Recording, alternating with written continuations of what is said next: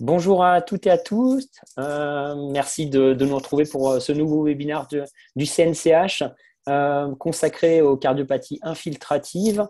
Je voudrais remercier le soutien des laboratoires Pfizer et Takeda. Ce soir, on a nos deux orateurs, le professeur Charon et le docteur Algar Larondeau, qui vont nous parler successivement de la maladie de Fabry et de l'amylose à TTR.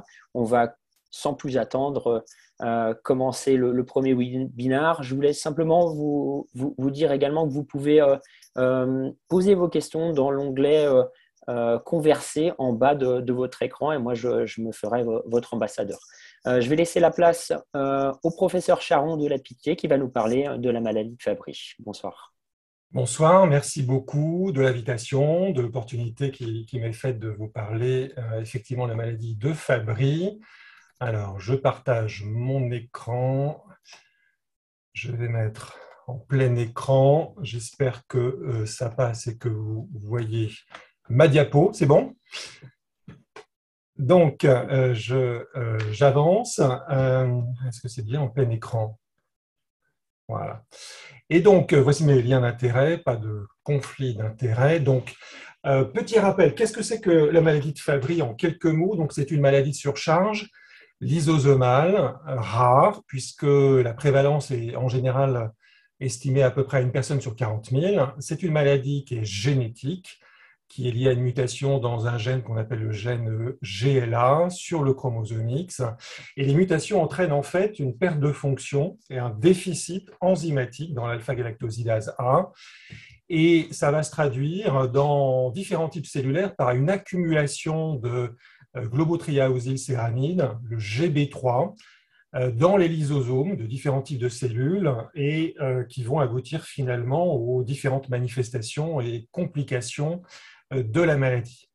Alors, on peut rappeler qu'il y a deux formes globalement de la maladie de Fabry. Il y a une forme dite classique qui commence assez précocement chez l'enfant, l'adolescent, qui est multi-organes, avec au début souvent des symptômes avec des acroparesthésies, des absences de transpiration et d'intolérance à la chaleur, à l'exercice. Professeur Saron, je vous coupe juste, vous n'êtes pas en plein écran. Si vous pouvez vous mettre en plein écran, ce sera parfait. Oui, alors pour moi, c'est bizarre parce que je suis en plein écran sur mon ordi à moi. Alors, je vais peut-être le refaire pour voir. Est-ce que c'est mieux éventuellement? Là, pour moi, je suis en plein écran, là où je suis. Non, c'est toujours pas le cas pour nous. D'accord. Alors, je ne sais pas si c'est, je sais pas ce que vous voyez exactement Là, ce qui est finalement. partagé, c'est la fenêtre sans la fenêtre du topo, du PPT, mais pas la fenêtre du diaporama. Donc, il faut faire nouveau partage et sélectionner la fenêtre du diaporama, je pense. Alors, Dans écran partagé, faire nouveau ouais. partage. Donc, je viens de faire ça. Est-ce que c'est mieux ou pas? Non, ça doit être une autre Non. fenêtre. Alors, tchouk, tchouk, tchouk, tchouk. Donc, on va recommencer. Là, c'est la même fenêtre. C'est pas le.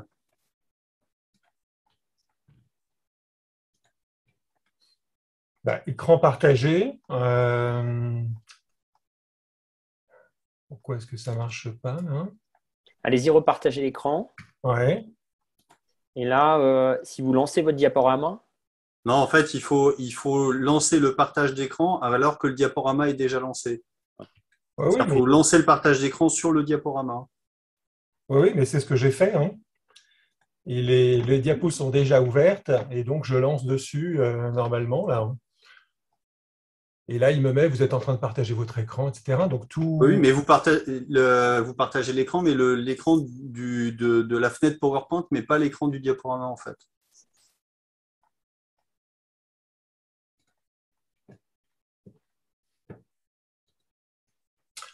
Alors désolé pour cela. D'habitude, ça marche sans problème comme ça. Mais à ce moment-là, tu me proposes de partager quoi là à ce moment-là? Parce que là, quand je partage, je me mets sur mon diaporama là. Alors, ce qu'il faut à ce moment-là, c'est éventuellement. Est-ce qu'il y a. Vous avez deux écrans ou un écran? Là, j'ai un seul écran, un seul. Alors, Non, je pense que c'est mieux de faire comme ça. On voit très bien les diapos. Si vous n'y arrivez pas, c'est pas très grave. On va continuer comme ça, je On continue pense. comme ça. Oui, je pense que Bon, c'est mieux. on continue. Donc, je disais, forme classique, avec d'abord des symptômes qui commencent souvent chez le sujet jeune, hein, y compris l'adolescent et même l'enfant parfois. Et puis on voit, vous avez des petites images en bas, là, des lésions cutanées qui sont assez typiques de la maladie de Fabry, les angiokératomes. Et puis on a aussi des lésions, notamment de la cornée, qui se voient très bien à la lampe à fente, qui n'ont pas de conséquences, mais qui sont un marqueur, qui sont la cornée verticillée. Et puis ensuite, avec le temps, chez l'adulte, peuvent survenir les complications de la maladie. Et classiquement, il y a trois grands groupes de complications. Il y a les accidents vasculaires cérébraux, qui ne sont pas toujours emboliques dans leur mécanisme. Il y a l'insuffisance rénale et l'évolution fréquente habituelle vers la dialyse ou la transplantation. Et puis les complications cardiaques sur lesquelles on va revenir.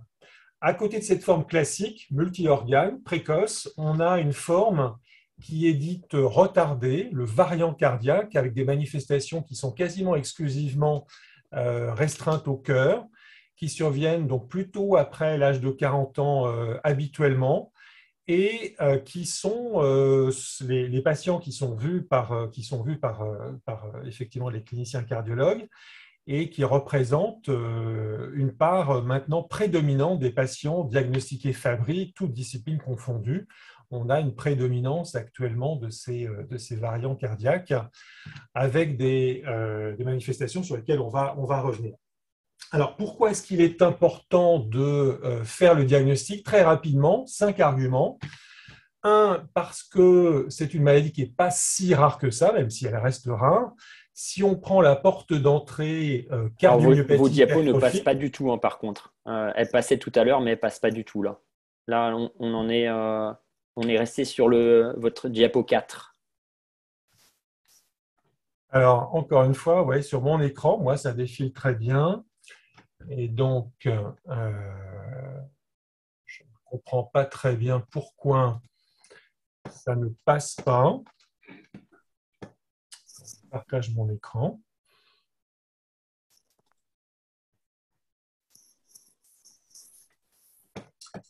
Là, est-ce que vous voyez la diapo on qui est voit là, la diapo. À mon avis, il faut la faire comme ça sans lancer le diaporama. Oui, sans lancer le diaporama? Ouais, voilà. juste comme ça, ouais. D'accord. Donc, Voilà, super. je ne sais pas si vous aviez. Donc, je disais la diapo précédente, vous ne l'avez pas vue. Donc, les cinq raisons de faire le diagnostic à ce moment-là. Et donc, première, c'est que c'est une maladie qui n'est pas si rare que ça, puisque si on prend donc la part d'entrée cardiomyopathie hypertrophique, là, on a diverses études, notamment une étude de à peu près 400 patients avec CMH et avec un dosage systématique de l'alpha-galactosidase. Et on voit à peu près une prévalence de 1,5% des hommes. Dans une autre étude qui est un registre européen sur les cardiomyopathies, eh bien, on voit que c'est 1,8% également. Et dans une analyse qui est un petit peu différente, qui est une analyse génétique, une méta-analyse, on voit qu'on a à peu près près de 1% des patients. Donc, globalement, on peut se rappeler cette proportion d'à peu près 1,5% des patients CMH qui relèvent de cette maladie-là. Deuxième raison de faire le diagnostic, c'est une maladie qui est associée à des complications cardiovasculaires importantes, fréquentes, et le mode de mortalité principal de la maladie de Fabry, c'est maintenant la mortalité cardiovasculaire, devant la mortalité rénale qui était classiquement en premier lieu. Et vous voyez ici sur ce registre de 2800 patients avec maladie de Fabry, qu'on a 40% des décès qui relèvent d'une cause cardiovasculaire. Et de façon intéressante, vous avez ici l'âge moyen de décès. Et vous voyez, chez les hommes, c'est 55 ans, chez les femmes, c'est 66 ans en moyenne, avec ce décalage d'à peu près une dizaine d'années chez la femme par rapport à l'homme. On pourra y revenir un petit peu après. Ces complications cardiaques, quelles sont-elles? Alors, l'hypertrophie, qui est vraiment la porte d'entrée principale chez ces patients, elle expose ces patients à l'insuffisance cardiaque, bien évidemment, avec une hypertrophie qui est en général concentrique, homogène, donc ça doit attirer l'attention par rapport aux formes asymétriques classiques des formes sarcomériques, même si les formes asymétriques et même obstructives sont possibles dans la maladie de Fabry, donc ne permettent pas d'exclure vraiment cette hypothèse. Deuxième groupe de complications, ce sont les troubles conductifs. Et dans l'histoire naturelle, on a d'abord des signes précoces avec une accélération de la conduction à un intervalle PR qui est court. Et puis, au fil des années, on va avoir au contraire des troubles de conduction de haut degré qui vont amener à l'implantation d'un pacemaker, sinon l'apparition donc de complications à type de mort subite. Troisième groupe de complications sont les troubles de rythme ventriculaire, qui ont longtemps été un peu sous-estimés, qui reviennent maintenant. On constate maintenant que c'est une modalité assez fréquente d'évolution, donc un nouveau mécanisme ici de mort subite. Et puis, on a des troubles du rythme atrial, un risque d'AVC, de mécanisme embolique. On a quelques cas, pas si nombreux, mais classiquement, il peut y avoir un infarctus du myocarde à coronaire habituellement saine.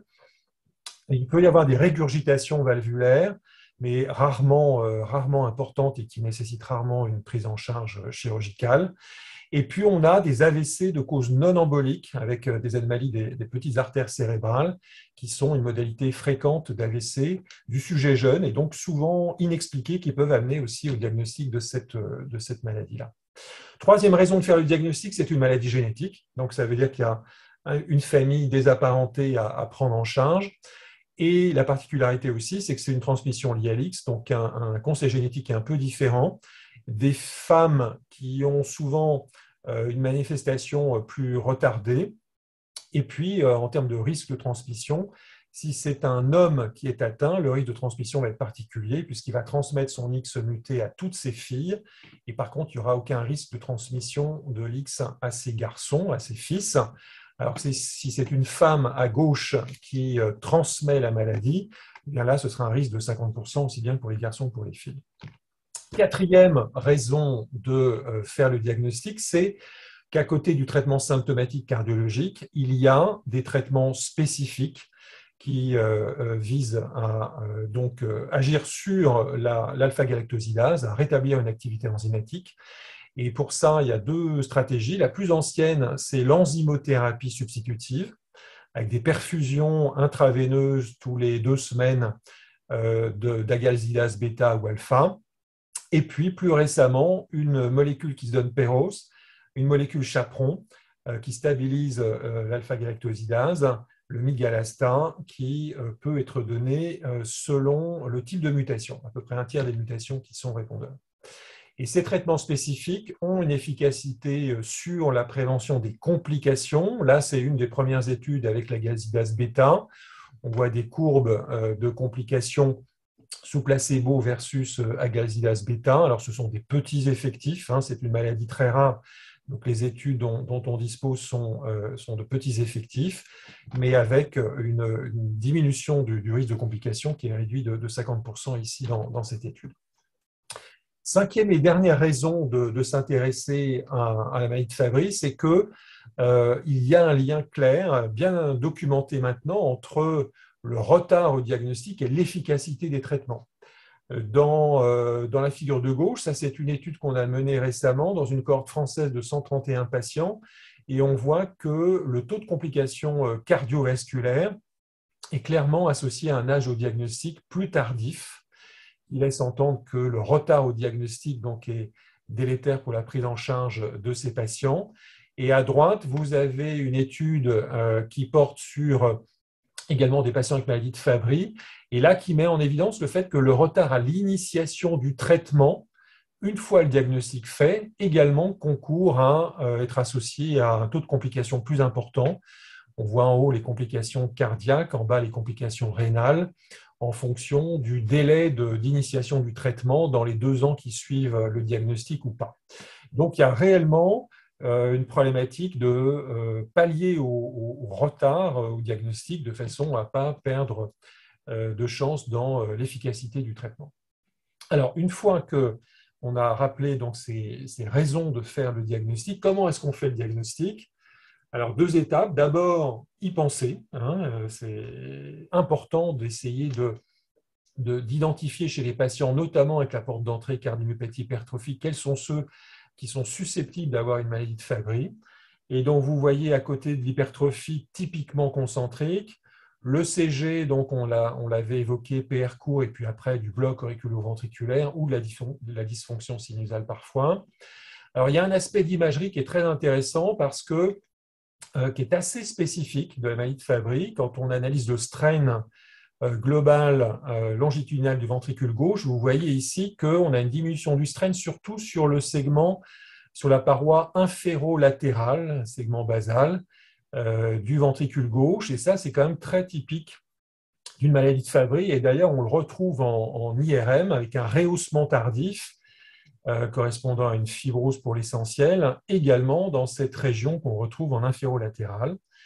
Et puis, il y a un deuxième élément, le T1 mapping est maintenant fait de plus en plus systématiquement dans les IRM cardiaques, et on a un élément qui est supplémentaire à l'IRM, qui est très spécifique de la maladie de Fabry, c'est qu'on a une diminution du temps de relaxation au T1 mapping.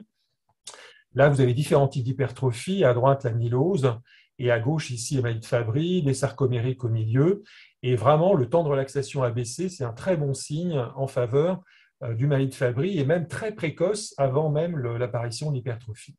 Et puis, dernier élément, c'est si vous avez un patient qui a des atteintes extracardiaques, comme celles qu'on a citées, et bien là, ça va renforcer évidemment le niveau de suspicion. Donc, une fois qu'on suspecte la maladie ou que l'on a en face de soi un patient qui a une cardiomyopathie hypertrophique, eh bien, le diagnostic va passer par le test génétique et par le dosage de l'alpha-galactosidase. Et en fait, sur le test génétique, il y a juste deux façons de parvenir au test et aux résultats. Soit on a un tableau clinique particulier avec une suspicion de maladie de Fabry, par exemple sur l'imagerie et le strain, eh bien, on va pouvoir faire un test génétique ciblé sur le gène directement GLA et qu'on va coupler avec un dosage d'alpha-galactosidase. Et dans l'autre cas, si on n'a pas d'orientation particulière, un patient qui a une CMH tout venant, eh bien, on va, selon les recommandations devant une CMH potentiellement sarcomérique ou d'autres causes, eh bien, proposer un test génétique avec un panel de gènes. Et depuis quelques années, au niveau français, au niveau de la filière cardiogène, il y a eu une évolution du type de gène qui fait partie du panel dans la cardiomyopathie hypertrophique. Et donc, le panel de premier niveau comporte 16 gènes, les principaux gènes du sarcomère, et aussi le gène GLA pour le Fabry, et aussi le gène TTR pour l'amylose génétique. Donc, les deux stratégies sont utiles pour parvenir au diagnostic de maladie de Fabry, que ce soit un test ciblé ou un panel un petit peu plus large. Qu'est-ce qui est le mieux entre les deux? On a mené une étude il n'y a pas très longtemps pour comparer justement les deux stratégies. Et ce qu'on voit, c'est que quand on fait attention à déceler, à suspecter une maladie de Fabry et qu'on va à ce moment-là plus rapidement au test génétique ciblé, eh bien, ça aboutit à un meilleur rendement, ça c'est attendu, mais surtout un délai plus rapide, et puis accessoirement un coût moindre du test génétique. Donc, globalement, c'est payant en termes de rapidité de diagnostic et de diminution du délai du retard au diagnostic si on s'efforce de chercher des arguments pour une maladie de Fabry, et ce qui va aboutir à une stratégie de diagnostic un petit peu plus rapide. Dernier élément, c'est quelques mots sur la mutation la plus fréquente dans ces formes cardiaques prédominantes.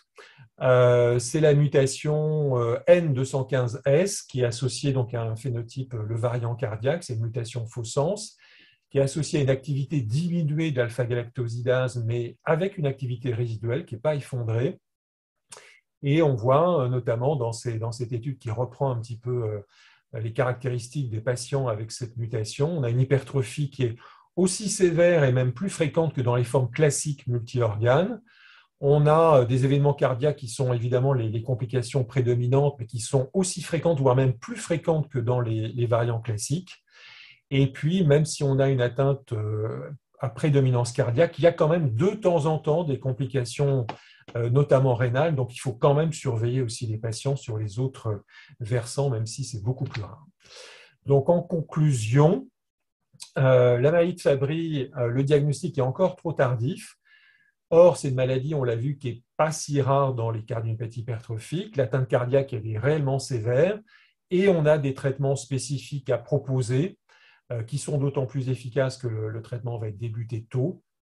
Et le test génétique associé au dosage enzymatique joue un rôle majeur, en sachant que le dosage enzymatique peut être pris en défaut chez les femmes, donc le test génétique va être d'autant plus important dans ce cas-là, qu'on a ces deux stratégies de test génétique et que les centres experts, notamment la filière cardiogène, sont à votre disposition pour ce bilan étiologique d'une cardiomyopathie hypertrophique et en particulier en cas de suspicion de la maladie de Fabry. Vous trouverez quelques documents ou informations complémentaires, que ce soit dans le protocole national de diagnostic et de soins, qui est assez détaillé, ou dans le document plus court, synthétique, document de consensus que vous trouverez sur le site de la filière cardiogène. Voilà.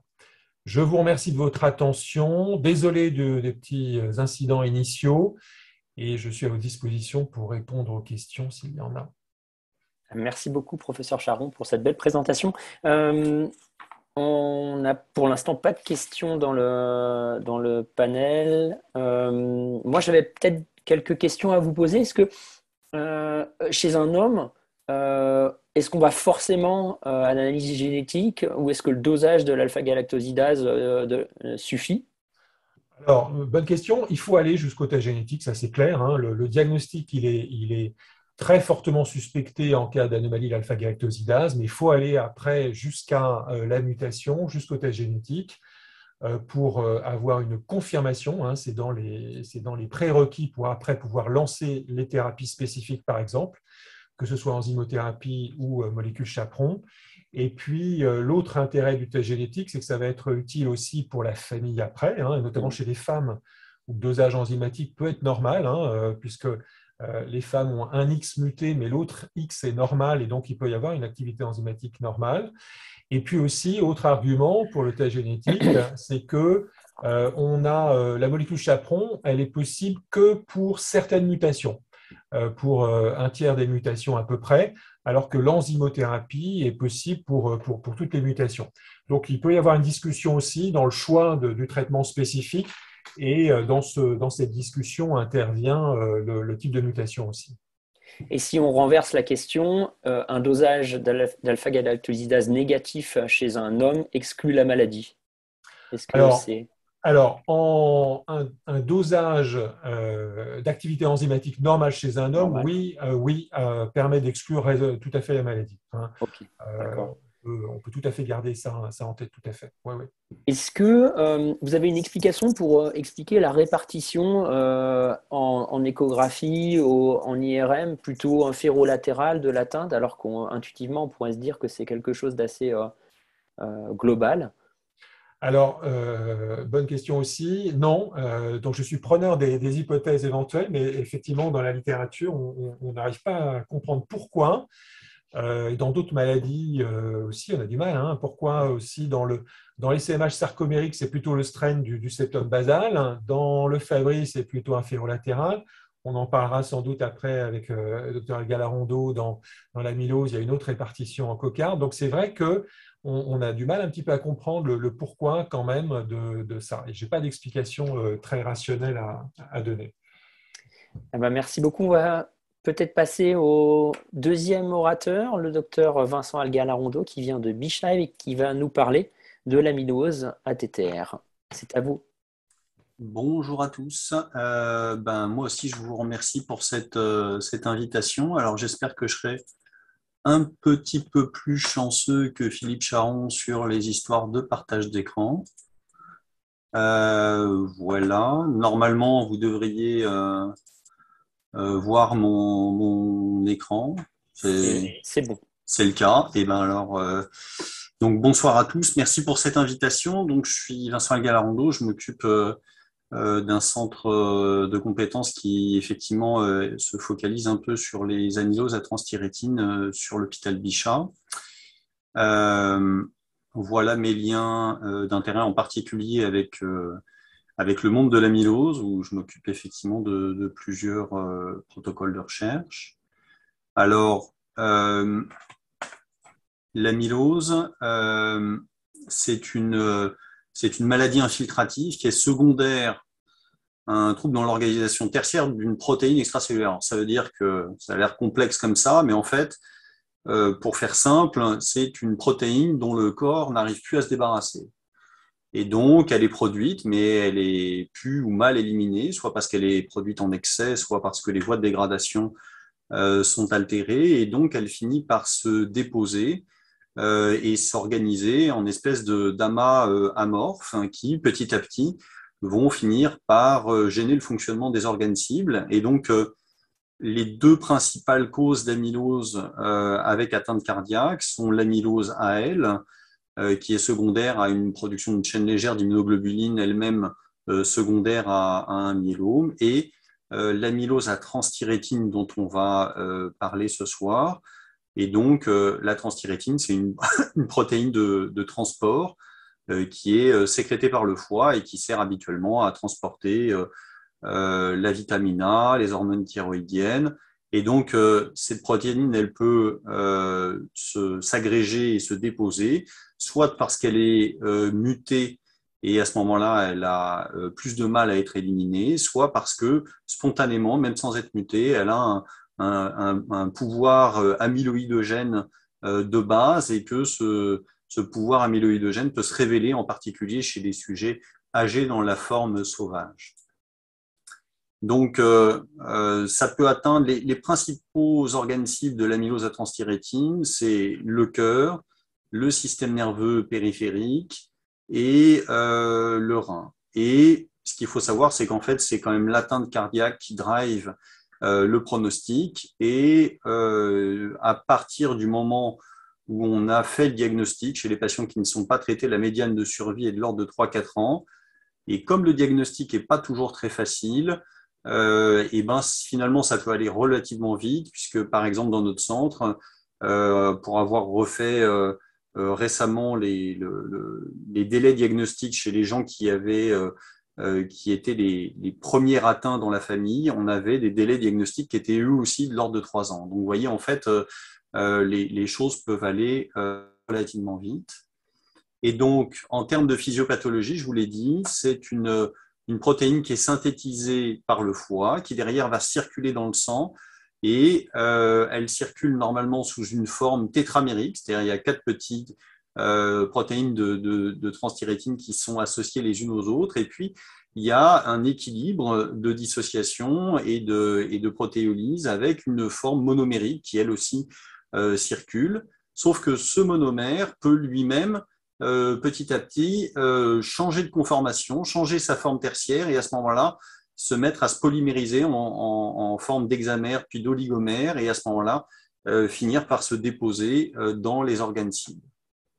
Alors, pour ce qui est de l'amylose cardiaque, où est-ce que les cardiologues vont la voir? Quand est-ce qu'on va la détecter? Alors, il y a eu des séries autopsies où on se rendait compte qu'il y avait des dépôts amyloïdes qui étaient très fréquents, 25% après 80 ans. Alors, ça ne veut pas forcément dire que les gens étaient morts de ça, et ça ne veut pas forcément dire qu'ils avaient une amylose cardiaque symptomatique, mais on retrouve de l'amylose cardiaque à transthyrétine dans 25% des séries autopsiques après 80 ans. Chez les patients qui passent une scintille osseuse de manière fortuite, et chez les octononagénaires, c'est pareil, il y a 1 à 2% en particulier des hommes qui ont une amylose cardiaque, qu'on découvre de manière fortuite alors qu'ils ne se plaignaient de rien. Chez les patients qui entrent par le biais d'une CMH, de l'exploration d'une cardiomyopathie hypertrophique, il y a 9% des CMH qui sont dus à des amyloses à transthyrétine, et quand on arrive chez le sujet âgé, c'est plus de 25% après 80 ans. Sur les insuffisances cardiaques à fraction d'éjection préservée, c'est selon les séries entre 5 et 15%. Et il y a une association avec la sténose aortique, en particulier sur l'amylose sauvage, avec 15% des TAVI qui sont associés à une amylose à transthyrétine. Et quand on sait qu'en France, il y a 15 000 TAVI par an actuellement, et ben, vous voyez qu'il y a voilà, autour de 2000, 2500 amylose à transthyrétine qui, en théorie, de manière statistique, pourraient être diagnostiquées chaque année. Cet été, il y a eu un dernier petit article qui a retrouvé à peu près les mêmes chiffres, cette fois-ci chez les patients qui étaient éligibles à un TMVI. Donc, vous voyez en fait que chez les patients qui ont une cardiopathie un petit peu sérieuse, on se rend compte qu'il y a voilà, entre 5 et 15% de ces patients-là chez qui on peut associer cette anomalie primitive à une amylose à transthyrétine. Alors, cette amylose à transthyrétine, l'atteinte cardiaque qui est associée est relativement complexe. Donc, il y a une infiltration du myocarde que vous voyez à gauche, qui n'est pas vraiment une hypertrophie, puisque le cardiomyocyte en lui-même, il n'est pas augmenté de volume. Donc, il n'y a pas une hypertrophie telle qu'on peut le voir dans les maladies de surcharge intracellulaire ou éventuellement dans les cardiomyopathies hypertrophiques sarcomériques, où là, les cardiomyocytes sont augmentés de volume. Donc là, c'est vraiment des dépôts dans la matrice extracellulaire, et donc il y a le corollaire avec l'atteinte hémodynamique, une cardiopathie restrictive qui, de manière terminale, peut avoir aussi une atteinte de la fonction systolique. Le deuxième pendant, c'est les arythmies cardiaques au sens large. Alors, ce qui avait été décrit en premier, c'était des troubles conductifs, mais on se rend compte aussi que les troubles du rythme, en particulier la fibrillation atriale, sont très fréquents. Et si on veut retenir un message simple, il faut savoir qu'en gros, le risque de faire de la fibrillation atriale dans l'amylose à transthyrétine, c'est à peu près l'âge du patient. C'est-à-dire que si votre patient a 80 ans, il a 80% de chances de faire de la fibrillation atriale. S'il a 70 ans, il a 70% de chances, etc. Et puis le dernier pendant, c'est une atteinte qui est à la fois cardiaque et neurologique, et donc en particulier sur les formes héréditaires mixtes, la dénervation cardiaque, la dysautonomie, c'est un outil de diagnostic précoce et c'est aussi un outil pronostique. Alors, si on passe au diagnostic de cette amylose à transthyrétine, il a été bien codifié dans un position paper européen qui est paru, vous voyez, il y a pas très longtemps, il y a une grosse année. Et donc, en gros, un peu comme dans la maladie de Fabry, la première étape, c'est d'y penser.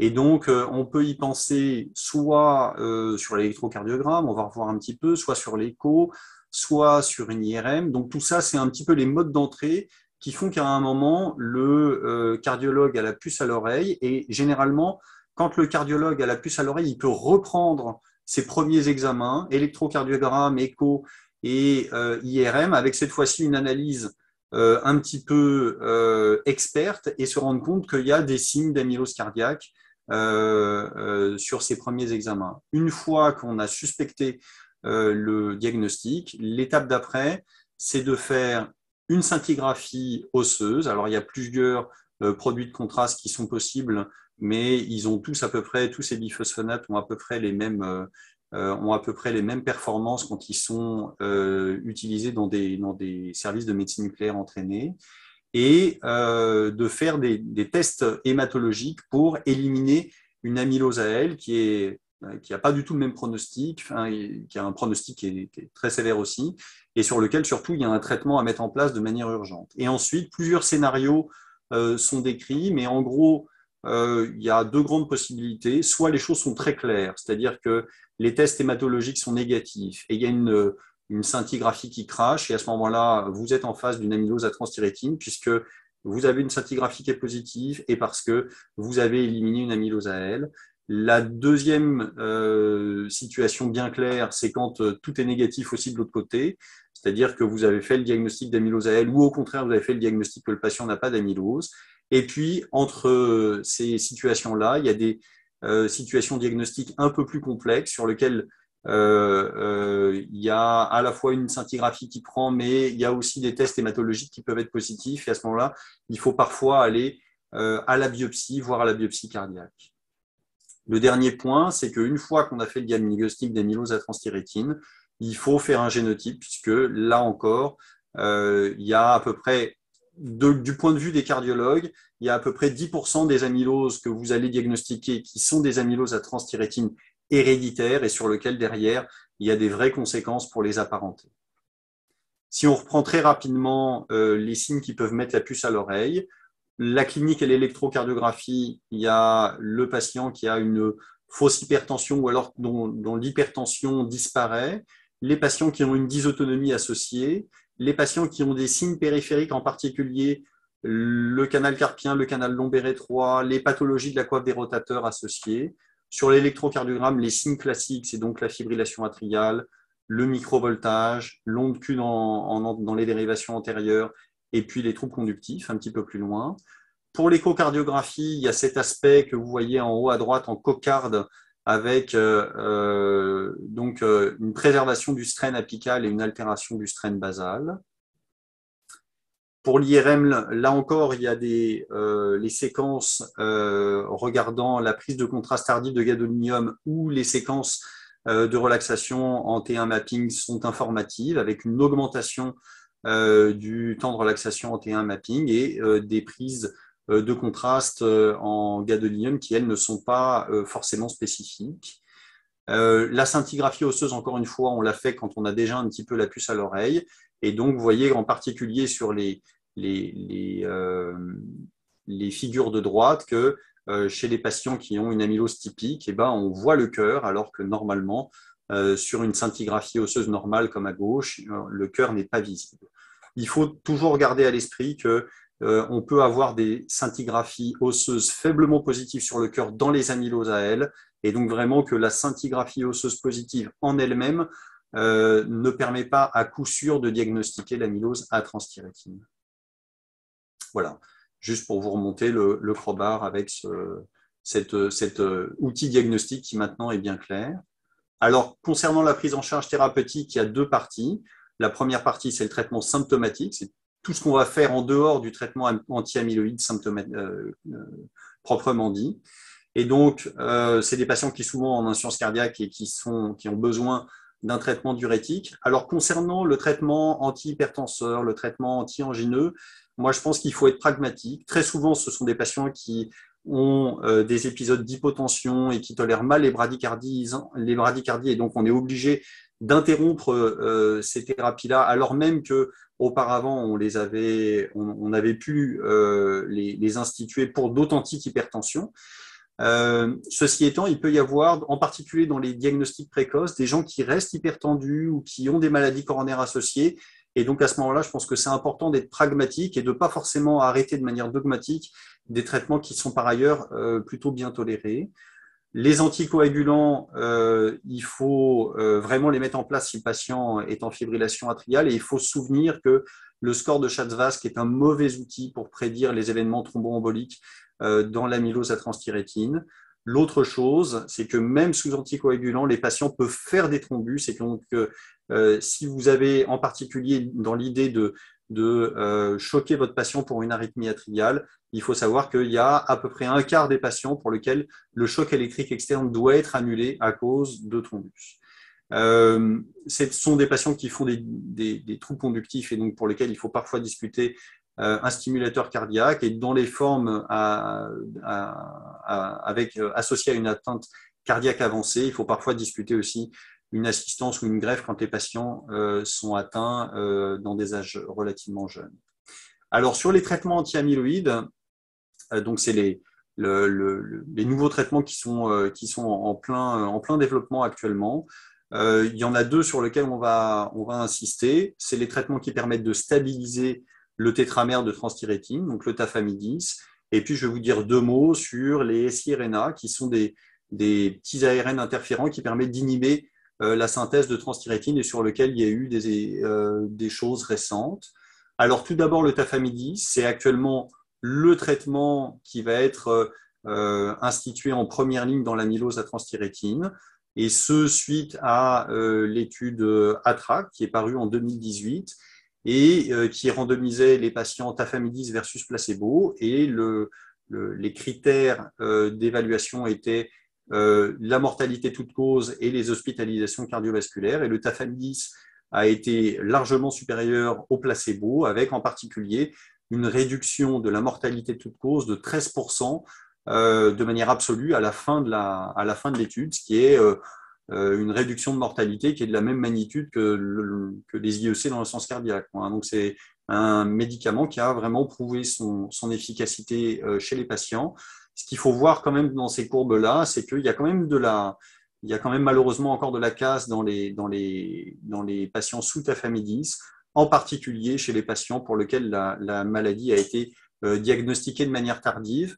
Et c'est quelque chose donc il y a un effet sur la morbimortalité, et c'est quelque chose qu'on voit aussi sur les biomarqueurs, avec du NT-proBNP qui se dégrade, qui augmente moins vite, sur la déformation longitudinale, même si les choses ne sont pas significatives, et une amélioration fonctionnelle avec une dégradation du test de marche qui est moins rapide sous tafamidis que sous placebo.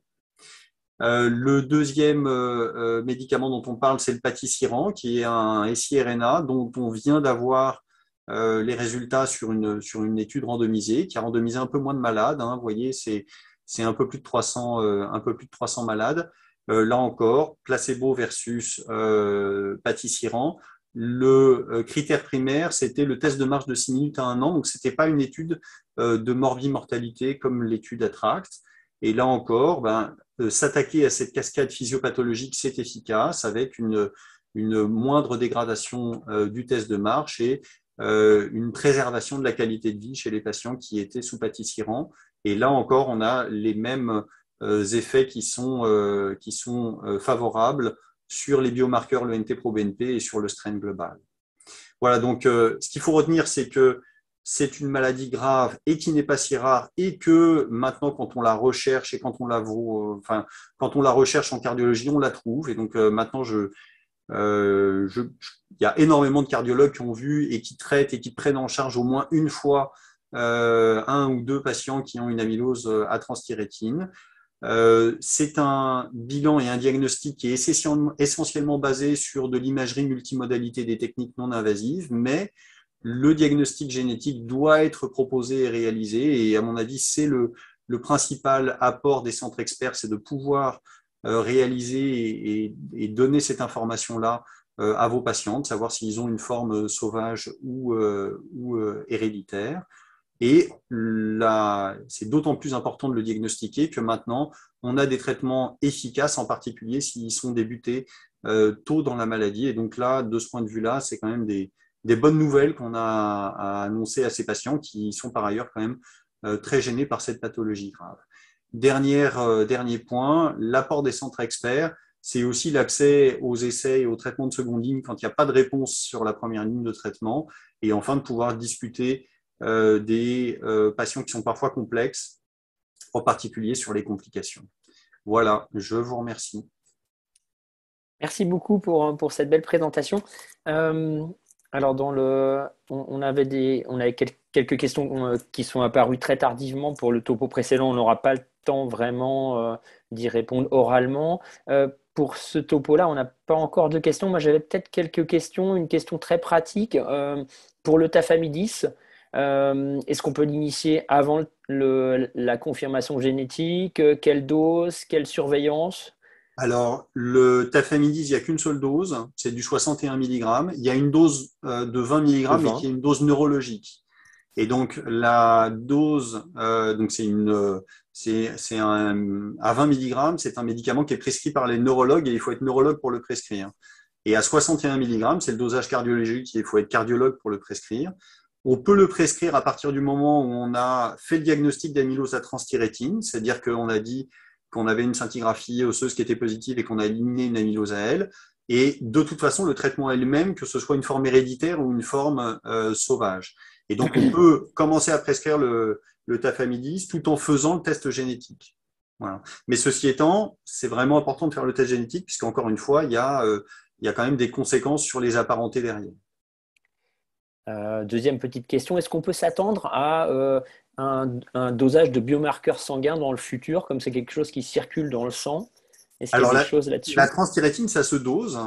C'est de la préalbumine, en fait. Donc, quand on fait une électrophorèse des protéines plasmatiques avec dosage de préalbumine, en fait, on dose la transthyrétine.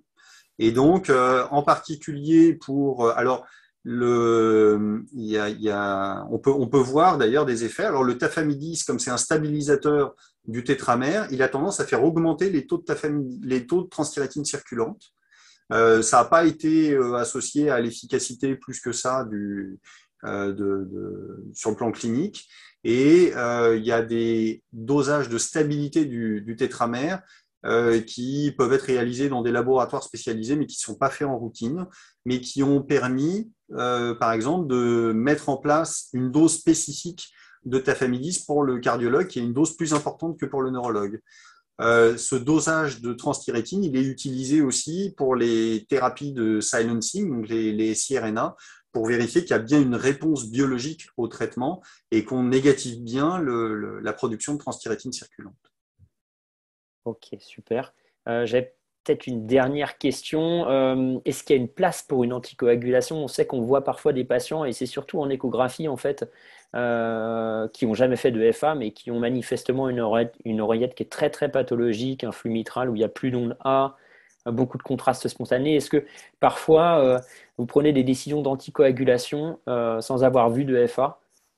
Alors, quand c'est comme ça, alors c'est rare qu'on prenne des décisions d'anticoagulants sans avoir vu de FA, mais ce qu'on peut faire, c'est petit 1, une imagerie de coupe, parce que quand c'est comme ça, quand il y a des atteintes vraiment très sévères, il peut y avoir des thrombus spontanés qu'on ne voit pas forcément à l'ETT, mais si on fait un scanner cardiaque ou si on fait une IRM, il peut y avoir des thrombus alors même que les patients sont en rythme sinusal. Ça, c'est le premier élément.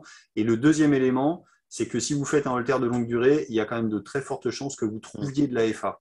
Et donc, quand c'est comme ça, moi, j'ai tendance à faire scanner cardiaque et speeder flash, et avec ça, on en récupère quand même quelques-uns. Hein. Ok. On va devoir conclure. Merci beaucoup pour vos deux présentations qui étaient vraiment Merci. très claires, très concises.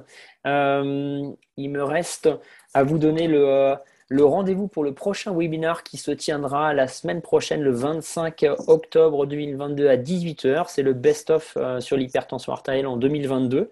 Je vous remercie beaucoup et je vous dis à bientôt à tous. Au revoir. Au revoir. Au revoir et merci.